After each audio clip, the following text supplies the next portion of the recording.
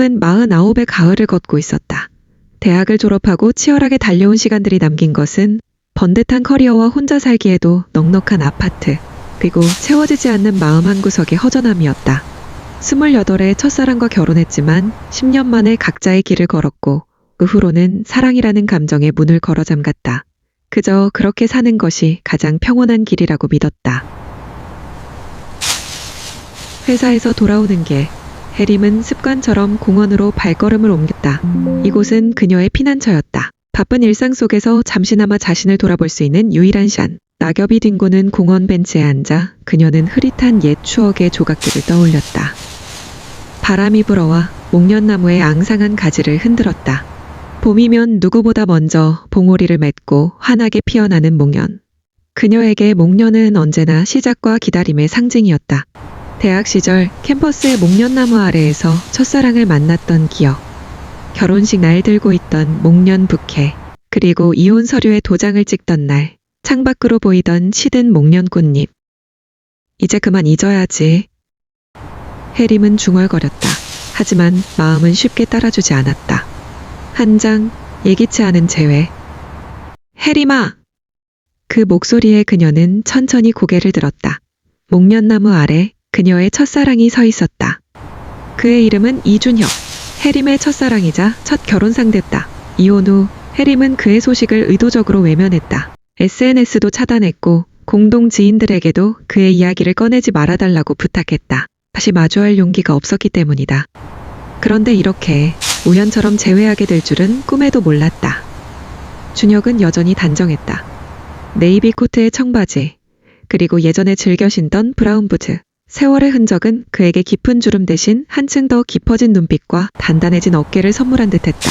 관아놀이에 은발이 약간 섞여 있었지만 그것마저도 그에게는 성숙한 매력으로 다가왔다. 그는 해림을 발견하고는 잠시 망설이는 듯 하다가 이내 희미한 미소를 지으며 다가왔다. 해림아, 오랜만이네.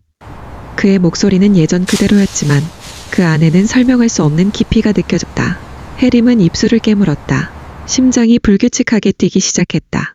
놀람인지 반가움인지 아니면 두려움인지 알 수 없었다. 준혁이? 응, 나야. 그가 조심스럽게 손을 흔들었다. 여기 앉아도 될까? 해림은 잠시 망설이다가 고개를 끄덕였다. 준혁은 그녀와 한 뼘 정도 거리를 두고 벤치에 앉았다. 둘 사이로 가을바람이 스쳐 지나갔다. 한참 동안 아무도 말을 꺼내지 못했다. 우연이네. 해림이 먼저 침묵을 깼다. 그래, 우연이지. 준혁이 희미하게 웃었다. 이 공원 우리 자주 왔었잖아. 너 결혼 전에 여기서 산책하는 거 좋아했었고. 기억하고 있었구나. 다 기억해. 내가 목련꽃 떨어질 때마다 아깝다고 했던 것도, 내가 그걸 주워서 네 머리에 꽂아줬던 것도, 내가 웃으면서 바보 같다고 했던 것도. 해림의 입가에 쓸쓸한 미소가 번졌다. 그 시절의 자신들이 너무나 순수하고 어리석었다는 생각이 들었다. 사랑만 있으면 모든 것을 이길 수 있다고 믿었던 시절. 하지만 현실은 그렇지 않았다. 어떻게 지냈어? 준혁이 물었다. 그냥 일하고 집에 가고 자고 또 일하고 그렇게 살았어. 너는? 나도 비슷해. 회사 일에 파묻혀서 살았지. 아직도 건축 일해? 응, 작은 회사지만 그래도 꾸준히 하고 있어. 너는? 인테리어 디자인 회사에 다녀. 대리급이야. 그래? 좋겠다. 내가 하고 싶어 하던 일 하고 있구나. 그 말에 해림은 씁쓸하게 웃었다. 하고 싶어 하던 일. 맞다. 자신의 디자인 스튜디오를 차리는 게 꿈이었다. 하지만 결혼 후 그 꿈은 점점 멀어졌고 이혼 후에는 생계를 유지하는 것만으로도 벅찼다. 꿈은 사치였다. 2장 조심스러운 대화들. 준영이는 어떻게 지내? 해림이 조심스럽게 물었다. 준영은 그들의 아들이었다. 이혼 당시 12살이었던 아이는 이제 22이 되었다. 양육권은 준혁이 가져갔고 해림은 한 달에 한 번씩 아들을 만났다. 처음 몇 년은 어색했지만 시간이 지나면서 아들은 엄마를 이해하게 되었다. 잘 지내. 군대 다녀와서 이제 대학 복학했어. 건축학과야. 너 닮았구나. 내 영향도 있었을 거야. 어렸을 때 네가 그려주던 집 그림들 기억하거든. 해림의 가슴이 뜨끔했다. 아들과의 추억이 떠올랐다. 어린 준영을 무릎에 앉히고 함께 그림을 그리던 시간들. 그 시간이 그렇게 소중한 줄 몰랐다. 수아는? 이번엔 준혁이 물었다. 수아는 해림의 딸이었다. 해림은 이혼 후 5년 만에 짧은 연애를 했고 뜻하지 않게 임신했다. 상대 남자는 책임을 지지 않았고 해림은 혼자 딸을 낳아 키웠다. 지금 수아는 16살, 한창 예민한 사춘기였다. 반항기야. 요즘 대화가 안 통해. 힘들겠다. 괜찮아. 나도 그 나이 때 그랬으니까. 두 사람은 다시 침묵에 빠졌다. 하지만 이번 침묵은 처음보다 조금 더 편안했다. 해림아, 준혁이 다시 입을 열었다. 사실은... 그가 말을 망설였다. 해림은 그를 바라보았다. 사실은 뭔데? 아니야, 다음에 얘기할게. 오늘은 이만 가봐야 할 것 같아. 약속이 있어서. 준혁은 일어서며 손을 내밀었다. 악수를 청하는 것이었다. 해림은 잠시 망설이다가 그의 손을 잡았다. 따뜻했다. 그리고 익숙했다. 또 볼 수 있을까? 준혁이 물었다. 해림은 대답 대신 미소를 지었다. 준혁도 웃었다. 그럼 다음 주 이맘때 여기서. 그래. 준혁이 떠나고 해림은 한참을 벤치에 앉아 있었다. 그의 향기가 아직 바람에 남아있는 것 같았다. 3장, 다시 시작되는 만남. 그 후로 두 사람은 일주일에 한 번씩 공원에서 만났다. 처음엔 어색했지만 시간이 지날수록 대화는 자연스러워졌다. 아이들 이야기, 직장 이야기, 요즘 읽는 책 이야기, 그리고 과거의 추억 이야기. 3번째 만남에서 준혁은 오래된 사진 한 장을 꺼냈다. 이거 봐. 사진 속에는 해림이 대학생 때 그렸던 건축 스케치가 있다. 작은 카페 건물이었다. 1층은 통유리로 되어 있고 2층에는 작은 테라스가 있는 디자인. 해림은 당시 이 건물을 직접 짓는 게 꿈이었다. 이거 어떻게 가지고 있어? 네가 나한테 선물했잖아. 잊었어? 우리 사귀고 100일 됐을 때. 해림은 기억을 더듬었다. 맞다. 21살 풋풋했던 그때 100일 선물로 자신이 그린 스케치를 액자에 넣어 선물했었다. 아직도 가지고 있었구나. 당연하지. 내 보물 1호야. 보물 2호는 뭔데? 너. 해림은 얼굴이 화끈거렸다. 49의 나이에 이렇게 수줍어질 수 있다는 게 신기했다. 바보 같은 소리 하지 마. 진심인데. 준혁은 진지한 표정으로 말했다. 해림은 그의 눈을 피했다. 해림아, 나 솔직하게 말해도 될까? 뭔데? 너 아직도 좋아해. 사랑한다는 표현이 맞을 것 같은데. 해림의 심장이 쿵 하고 내려앉았다. 이럴 줄 알았다. 아니, 어쩌면 바랐는지도 몰랐다. 하지만 막상 듣고 나니 두려웠다. 준혁아, 우리 이미 실패했잖아. 한번 깨진 접시는 다시 붙여도 금이가 있어. 알아. 하지만 금간자리에 금칠을 하면 더 아름다운 그릇이 될 수도 있어. 일본에서 그런 기법 있잖아. 킨츠기? 킨츠기. 해림은 그 단어를 곱씹었다. 깨진 도자기를 금으로 이어붙이는 일본의 전통 기법. 상처를 숨기지 않고 오히려 아름다움으로 승화시키는 예술. 우리도 그럴 수 있을까? 해보고 싶어. 아니, 해보고 싶은 게 아니라 하고 싶어. 해림은 대답하지 못했다. 마음은 끌렸지만 이성은 경고했다. 다시 상처받을 수도 있다고. 하지만 준혁의 간절한 눈빛을 보니 단번에 거절할 수도 없었다. 시간을 줘. 생각해 볼게. 천천히 생각해. 나는 기다릴 수 있어. 내장 흔들리는 마음. 해림은 그날 밤 잠을 이룰 수 없었다. 준혁의 고백이 머릿속을 떠나지 않았다. 그를 다시 사랑할 수 있을까? 아니, 사실 아직도 사랑하고 있는 건 아닐까? 다음날 출근길. 해림은 회사 동료이자 친구인 미선에게 고민을 털어놓았다. 미친 거 아니야? 미선이 눈을 동그랗게 떴다. 전 남편이랑 다시? 나도 그렇게 생각해. 하지만 마음이 자꾸 끌려. 그 사람 보면 편하네. 옛날처럼. 미선은 한숨을 쉬었다. 언니, 솔직히 말할게. 나는 반대야. 한번 헤어진 데는 이유가 있잖아. 그 이유가 해결됐어? 모르겠어. 왜 이혼했는지 기억해? 그 사람이 언니 꿈을 무시했잖아. 언니가 독립적으로 살고 싶다고 했을 때 반대했고 그게 바뀌었을까? 미선의 말이 맞았다. 그들이 이혼한 이유는 단순하지 않았다. 준혁은 전통적인 가정관을 가진 사람이었다. 아내는 남편을 내조해야 하고 집안일과 육아에 집중해야 한다고 믿었다. 해림의 커리어는 그에게 부차적인 것이었다. 해림이 회사에서 승진 기회를 얻었을 때 준혁은 반대했다. 준영이가 아직 어린데 엄마가 그렇게 늦게까지 일해도 돼? 그 말에 해림은 상처받았다. 결국 승진을 포기했고 그 후로 부부 사이에는 보이지 않는 금이 갔다. 내 말이 맞아. 나도 그게 걱정이야. 그럼 확인해봐. 그 사람이 정말 변했는지. 5장. 과거의 그림자. 다음 만남에서 해림은 준혁에게 직설적으로 물었다. 준혁아, 우리 왜 이혼했는지 기억해? 준혁의 표정이 굳어졌다. 그는 한참을 침묵하다가 입을 열었다. 기억해. 내가 너무 이기적이었지. 구체적으로 말해줘. 내 꿈을 인정하지 않았어. 내가 하고 싶은 일이 있는데도 내 방식만 강요했지. 아내는 집에 있어야 한다는 고리타분한 생각에 갇혀 있었어. 해림은 그의 대답에 조금 놀랐다. 적어도 문제를 인식하고는 있었다. 그게 바뀌었어? 바뀌었어. 아니, 바뀌려고 노력하고 있어. 준혁이 진지하게 말했다. 이혼하고 나서 많이 반성했어. 내가 얼마나 이기적이었는지, 너를 얼마나 힘들게 했는지. 준영이한테도 미안했어, 그 애가. 엄마 아빠 싸우는 거 보면서 얼마나 힘들었겠어. 혜림아, 나 달라졌어. 정말로. 지금 다시 시작한다면 내 꿈을 응원할 수 있어. 아니, 응원할게. 내가 하고 싶은 거 다 해. 나는 그냥 옆에서 지켜볼게. 혜림은 그의 눈을 똑바로 바라보았다. 진심이 보였다.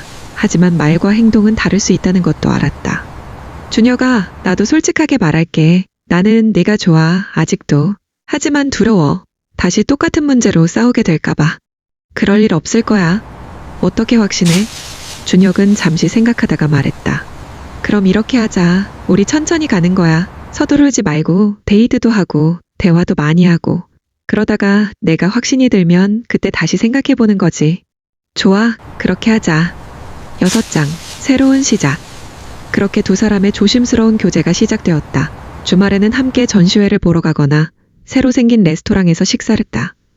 준혁은 변한 모습을 보여주기 위해 노력했다. 혜림이 야근을 해야 할 때는 기다려주었고 그녀의 의견을 존중했다. 어느 날 준혁은 혜림에게 특별한 제안을 했다. 혜림아, 우리 회사에서 작은 카페 프로젝트를 맡았어. 내가 인테리어 디자인 해줄 수 있어? 정말? 응, 실력 있는 디자이너가 필요한데 내가 딱이야. 물론 정당한 비용 다 지급할게. 혜림은 설렜다. 오랜만에 느끼는 설렘이었다. 자신의 디자인이 실제로 구현되는 것을 본다는 것. 그것이 얼마나 큰 기쁨인지 알고 있었다. 좋아, 해볼게. 프로젝트가 시작되었다. 혜림은 퇴근 후와 주말을 이용해 디자인 작업에 몰두했다. 준혁은 그녀의 아이디어를 존중했고 때로는 건축적인 조언을 해줬다. 두 사람은 이를 통해 더욱 가까워졌다. 석 달 후 카페가 완성되었다. 작은 2층 건물이었지만 혜림의 손길이 닿은 곳곳은 따뜻하고 아늑했다. 오픈 첫날 두 사람은 함께 카페를 찾았다. 와, 정말 멋지다. 혜림이 감탄했다. 내 디자인이니까. 준혁이 자랑스럽게 말했다. 카페 입구에는 작은 명패가 붙어 있었다. 인테리어 디자인 박헬m 혜림은 그 명패를 보며 눈물이 핑 돌았다. 오랜만에 인정받는 기분이었다. 고마워 준혁아. 내가 고마워해야지. 덕분에 프로젝트 대박났어. 두 사람은 카페 2층 테라스에 앉아 커피를 마셨다. 석양이 지고 있었다. 혜림아. 응? 나랑 다시 시작해줄래? 혜림은 준혁을 바라보았다. 그의 눈에는 진심이 가득했다. 지난 몇 달간 그는 정말 변했다. 그녀의 꿈을 지지했고 독립성을 존중했다. 어쩌면 이번에는 다를지도 몰랐다. 좋아, 다시 시작해보자. 준혁의 얼굴에 환한 미소가 번졌다.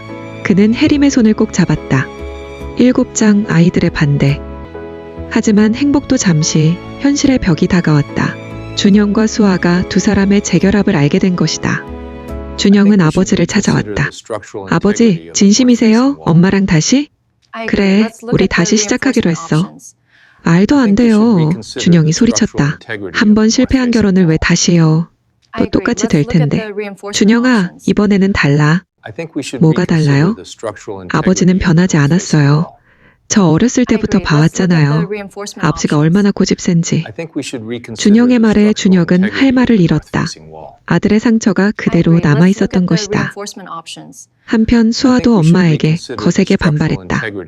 엄마는 엄마의 행복만 생각하는 거예요? 저는요, 제 입장은 생각해봤어요. 수아야, 엄마도 행복할 권리가 있어. 그 사람 때문에 엄마가 얼마나 힘들어했는지 아세요?